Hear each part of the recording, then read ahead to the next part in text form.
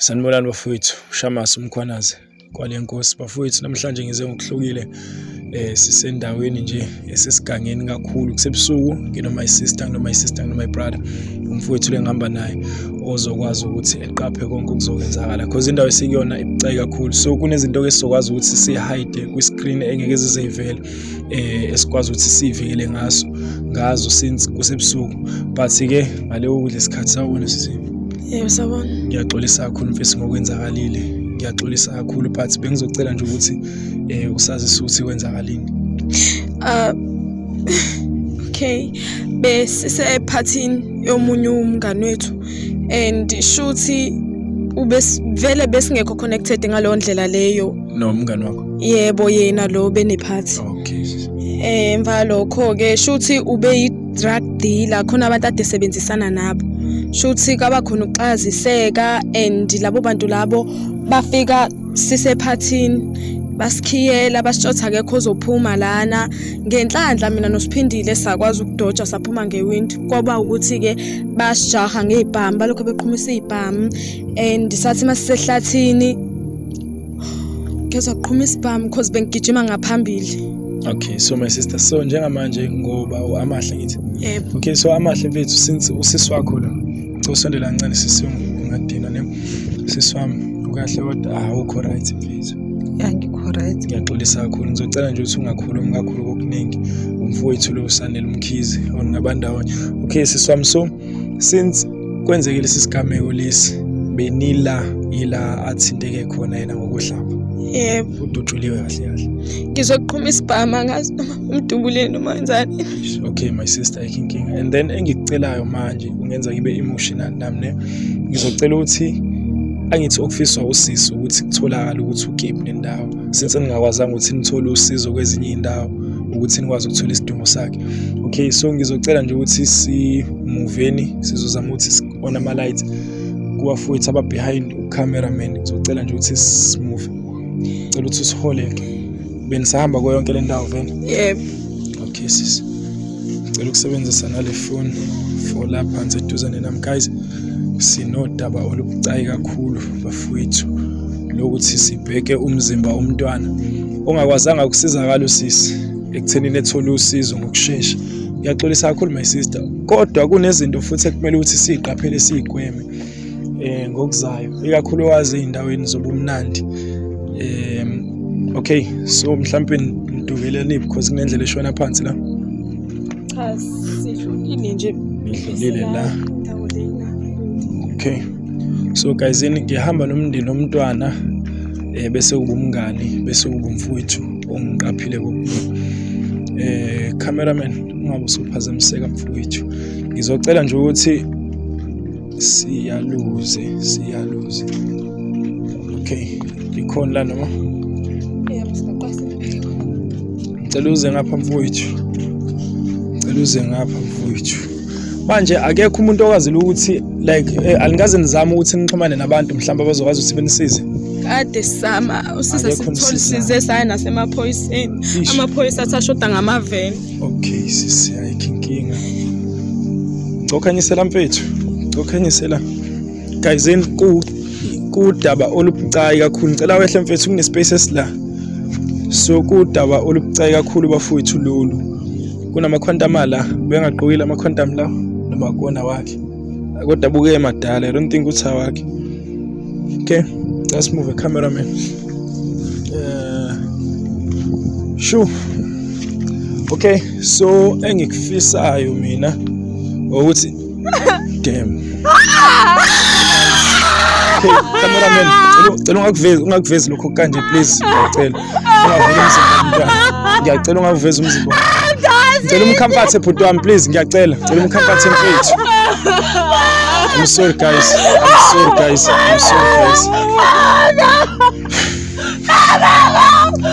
Guys, ngiyaqala ukubhekana nesimo esikanje. Okay, ngisacela okay siswami ngiyaxolisa kakhulu. I'm sorry. Siswami. Ngiyaxolisa siswami. Ngisacela ukuthi umnakho ngane mfethu. ifone phethe. Okay, ayikho ifone. Sishiye emotweni, right? Ngicela usebenzise mfethu. Wona le light, ucishe light and then ukuthi uzama umfonela. My sister, ngiyaxolisa. Cela uthuzela kancane kusena. Bengafisi ukuthi ubuke into efana nale. Ngiyacela. Ngiyaxolisa sisi wami. Okay. Cela ukuthi ukhulume naye eceleni bafunga dini. Sicela ukuthi ukhulume naye fast. Okay, ngicozela lapho sisi wami. Canize kancane. Shu. Niyaqondana? Okay, butami, ngicela bese uzama ukuphuthumisa. Guys, lubucayi kakhulu lolu daba. So, sikwazile ukuthi sithole isidumbu sasisi and then still uyableeda since kuyinto eyenzeka manje le. Ukuthi usisele imali at the same time akakwazanga ukuthi ethole usizo. So, isikhathi sini manje past 3 ebusuku. Past 3 guys in asilele. Bafowethu. Yo, guys in kubhlungu. Bese socela nje bafowethu usisi uhlala naye yedwa. Uthe I'm sorry my sister. Ngiyaxolisa nje kakhulu. Uthe uhlala naye yedwa ekhaya so akekho umuntu obhekelela idingo zalo. Bengizocela bafowethu kunombani ekwazi ukuthi efake isandla efake usizo emndenini ukuze kuzokwazi ukuthi kube namalungiselelo okubekwa kasisi. Ngiyacela guys in lubucayi kakhulu lolu daba bafowethu and kwamina liyangiyantisa kodwa njengendle emnyama sizokwazi ukuthi sisizane sifukulane sisane phambili. Inhloso ukuthi sithole ukuthula nokuzwana. Bafowethu kungaphezulu kwamandla. I'm sorry my sister. Ngiyaxolisa sisi wami. Don't cry mfethu. But ngiya understand ukuthi ukhaliswa i-anger mfethu, kubhlungu mfethu. Ikakhulukazi since ubungazi ukuthi ubuwazi ukuthi uphuma yaphi noma ubungazi. Khabo bengazi akangichazela mfethu. Sure. And then like uphuma uthini uphuma esandleni sakho noma uphume kumina ubetha ngazi yakho abangani bakhe bengagqokile futhi kanje begqoka ingubende ufike washinda uyangixaka mase egqoka itancane only to find out ukuthi mfethu ngoba ephuma nje umbono wokugcina. I'm sorry sisi wami ngiyaxolisa mfethu. Ngicela nobantu ngiyaxolisa sisi wami. Angisenamo. Ngiyaxolisa my sister. I'm sorry guys. Bafowethu umthetho futhi abasiqophile kanje kodwa ngenxa ukuthi asazi ukuthi sizosizakala kanjani. Usizo siyalidinga kunoma ubani. Besicela bafowethu ukulekeleleka uma kukhona ongani uthando lokufaka isandla kuba ukuthi ufaka isandla guys. Sisendaweni yakude endaweni yaseNanda. Sikwazile ukuthi sithole umzimba kasisi. Ngiyaxolisa sisi wami. My sister mfethu. And then uhlala noba ekhaya wena? Uhlala noma and then uma uyazi ngalesi senze senzakalile akakazi msho akazi sisi mfethu but kukho konke lokho kwenzakala mfethu lo muntu lo wazana noba ekhaya like yena umnikazi walento ehostiwe lena lo drug dealer. Angibazi labantu laba bangenile kodwa nayo be umunye abangani bethu thina besingazi ukuthi unabanye abangani bangaphandle. Okay, sengiyayizwa into endiyayenza senze kusho ukuthi kahle kahle nina ukubaleka kwenu bekuzama ukuyivikela. Yebo. Yes siswami. Okay, engikucela njengamanje uthe uhlala noba ekhaya? Noma. Uhlala noma kuphela? Yebo. Ora sicosondele nje cameraman ukuze for high quality video ukuthi be clean picture. Okay my sister, so are you comfortable if si publish video and siveza ubuso bakho ne? Anginankinga. Okay sis, akake usafunda ne? Yep. Ufunda phi? Ngifunda Amawode number 3 secondary school. Okay sis, wami lo akunankinga ne. Kubhlungu face but into ene kanje angisho ukuthi ngimosha isikhathi. Ngiyabonga bhuti wami, iya respond ne? Okay, ngiyabonga kakhulu mfethu, ngiyabonga. So guys, in ambulance iyeza manje. I mean iyeza manje. So angiyona ambulance asidinga ambulance. I'm sorry ngenze mistake kuloko. Okay, don't cry sis wami. I'm sorry bafethu, ngiyafisa ukumcomforta no2 same time ngicela ukuthi ungenzele nezizwe right mfethu please. Ngiyacela my brother ngisakhuluma nosisi mfethu. Okay, so sisi wami iyeza ezokwazi usithatha isidumbu somntwana bese ukuthi ke bayakhululeka emakhazeni. Okay sis. Ibhlungu le ndaba kakhulu futhi bengicela ukuthi ngiyagwemeka ukuthi because yabona ukuthi umphumela walento le number 1 ukhamba ebusuku bese ukuthi ihambelana nama drug ne. So nina beniphuza kuphela yini bese ephuzile noma nayo bese ephuzile kodwa ubengakodako. Ubengakaphuzi kakhulu. Yebo. Ish siswami. Ibucayi le ndaba. Kodwa-ke ngiyathemba ukuthi ngoNkulunkulu emuhle zonke izinto zizokwenzeka. Good luck siswami ukuthi ukwazile ukuthi uthole isidumbu samngane. Okunye futhi ube nesibindi awubalekanga. Ubumngane oqotho weqiniso. I don't think ukuthi khona umuntu ongakubeka icala because awunacala entweni enjalo. Ngoba njengoba siphila nje sisonke kanje ngabe sinamanga mesikahle sithi asinawo amaphutha. Nawe iphutha lakhe ilona lokuthi nihlohlane ngengqondo engekho right. Kodwa futhi nawe usawumntwana usakhulu usafisa ukuthi uyijabulise. Umntwana ovalelayo kakhulu yena othola ithuba lokuthi ephume besenza amaphutha angaphezu kwalawo esinawo namhlanje. Uphuma umphefumulo womuntu akuyona into encane, into enkulu sisi. Mina ngakho ngithi mfethu ngifisa ukuthi ngikwenza ukuthi udistress, angifisi ukuthi ngisho ufike endlini uqale phansi uya overthink wenza yonke lento, maybe nawe uzothatha isinqumo sokuthi uyibulala. Kwenoma yini eyenzakalayo please ngicela usungazoyicabangela into ukuthi ufisa ukuthatha umphefumulo wakho ne. Ngiyakucela sisi ungayenzi into efana naleyo okwenzekile kufana nokudaliwe. So ngiyacela mfethu okwakho ukuthi ubambe ifocus uzame ukuqina bese ukuthi senza amalungiselelo omngcwabo kasisi. Engikuthembisayo okwena ukuthi ngizocela nje njengefiso kuhle reality show sikwazi ukuthi sifake isandla futhi nathi kumalungiselelo ukuthi kube kusisi kuze kuyovalwa ne. Okay sisi, so uhlala kephi nendawo wena? Ngihlala ngaselokishini khona. Oh, ngaselokishini khona.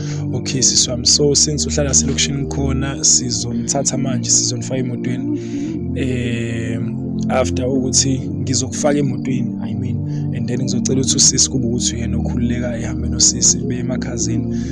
Ngicabanga ukuthi mhlawumbe kuyomela ukuthi siwazi umndeni inform because asikwazi ukuthi siphushe usisi yedwa ukuthi ehlale yedwa le emakhazini for ubusuku bonke mhlawumbe angazi ukuthi uyothatha isikhathi esingakanani.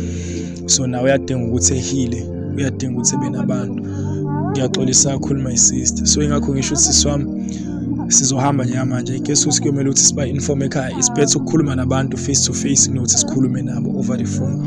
So are you comfortable ukuthi ekhaya bazi ngalento?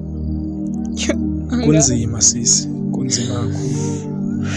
But ngiyacela ne, ngisacela ukuthi nje sizameni ukuma isibindi sikhulume nomndeni usekwenzeka iphutha elikanje ukuze nakusasa umndeni wabo ngisho mhlawumbe umndeni obamshowa uphelile la since behlala labo neThekwini, hayi ukuthi azikho ihlobo nabanye abantu abangahle benendaba kubona abanga-endapha beblame wena. Ingakho ngithi ngifisa ukuqinisa noma yena ayikhuluma mhlawumbe ngamagama angemahle, mhlawumbe ngabe sekublame kube ukuthi mhlawumbe nawe ulahlekelwe ithemba uthatha intambo uyibeka emqaleni uyashona.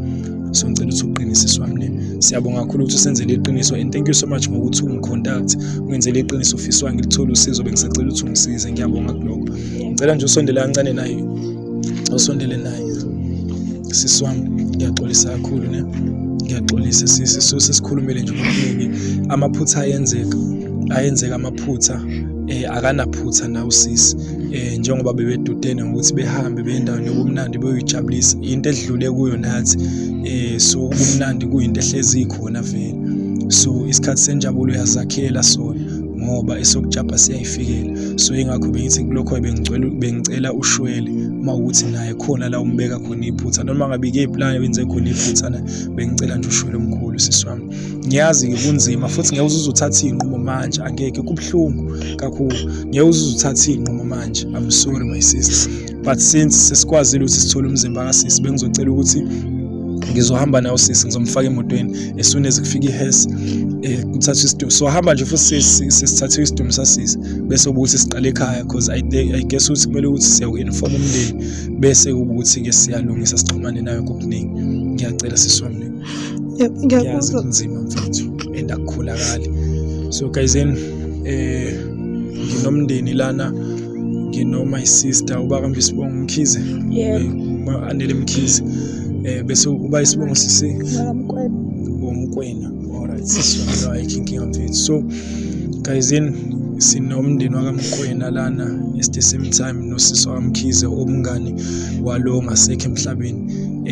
Kubhlungu kakhulu bafowethu ukulahlekelwa ngenxa yokuthi abantwana bebeyijabulisa. Bafowethu besicela ukuthi sigweme izibhamu, izikhali, amese ngiyacela bafowethu, cause ekugcineni konke ngabe umntwana esingaye namhlanje ngaba sihlangene ngaye ukube bekungawena Mlisa ophatha isibhamu. So bafowethu siyacela bafowethu ukuthi nje ukuthi ikhali ziyagwemeka ukuze sakhe isizwe sabantu abamnyama siqhubeke siphile njalo. Sibe uZulu omdala, hayi uZulu lwamanje owafike wadunga abamhlophe. Siyacela bafowethu. Okunye nokunye ngicabanga ukuthi mhlawumbe kungaba ukuthi ukukhululeka umfowethu lo oSanele Mkhize okwazile ukuthi engilekelele ekuthenini sikwazi ukuthi sibe nazo zonke lezi zinhlelo, except lamadoda angemuva angigadile. So siyabonga kakhulu. For now ngisacela nje ukuthi sihlale khona la kuba ukuthi siyalinda kuze kushaye leso sikhathi sokuthi ithatha isikhathi eside ukuthi ithatha isikhathi eside kwesinye isikhathi cause sithe ukuqhela kakhulu. Le ndawo isetafuleni phela la, isetafuleni la, asikho ngisho emawuti, isetafuleni nje ngqo. So akukho ke safe and asikho eduze nezikhungo zikahulumeni. But ke okunye nokunye ngicabanga sesikuhlela eceleni bafowethu. I'm sorry, ngiyaxolisa kakhulu for lolu hlelo lolu, kodwa siliqopha ngesizathu sokuthi cha, uma kukhona ofisa ukufaka isandla kulabantwana bengicela uthelekelele. Ikakhulukazi uSiso sene depression, bengifisa ukuthi mhlambe amagama nama comments eni nizobe niwabeka ngaye, ngicabanga ukuthi mhlawumbe azomenza ukuthi naye iphile iminyaka emide ezayo, because kubhlungu ukuthi like ungalahlekelwa umuntu owumngane noma umuntu omthembayo noma omthandayo. So yilokho bafowethu ngakho ngisho ukuthi cha, ingakho sizoyipublisha le video ifikelele kuyo yonke indawo bese iqwashisa nangakho ukuthi izikhali bafowethu ziyasibhuqa. Okweyimoto asikwazi ukukhulumela kakhulu because kuyinto ethi ayivamise. Asikwazi ukuthi sithathe ibanga elide ngaphandle kwesithuthi, sisuke sirisk vele sibonge sifikile, ingakho siqala sikhuleka ngaphambi kubasami. Kodwa into okwazi ukuthi uthathe isinqumo sokuthi uyokhipha umphefumulo womuntu, bengicela sigweme bafowethu. Anginalutho kodwa ngemphambi kwenu Ningizimu Afrika ngithi ngiyacela isizwe sabantu abamnyama masibuyisane. Ikhona nje kuphela lokho. Ngiyabonga kakhulu cameraman, ngisezulwini mfowethu. Thank you.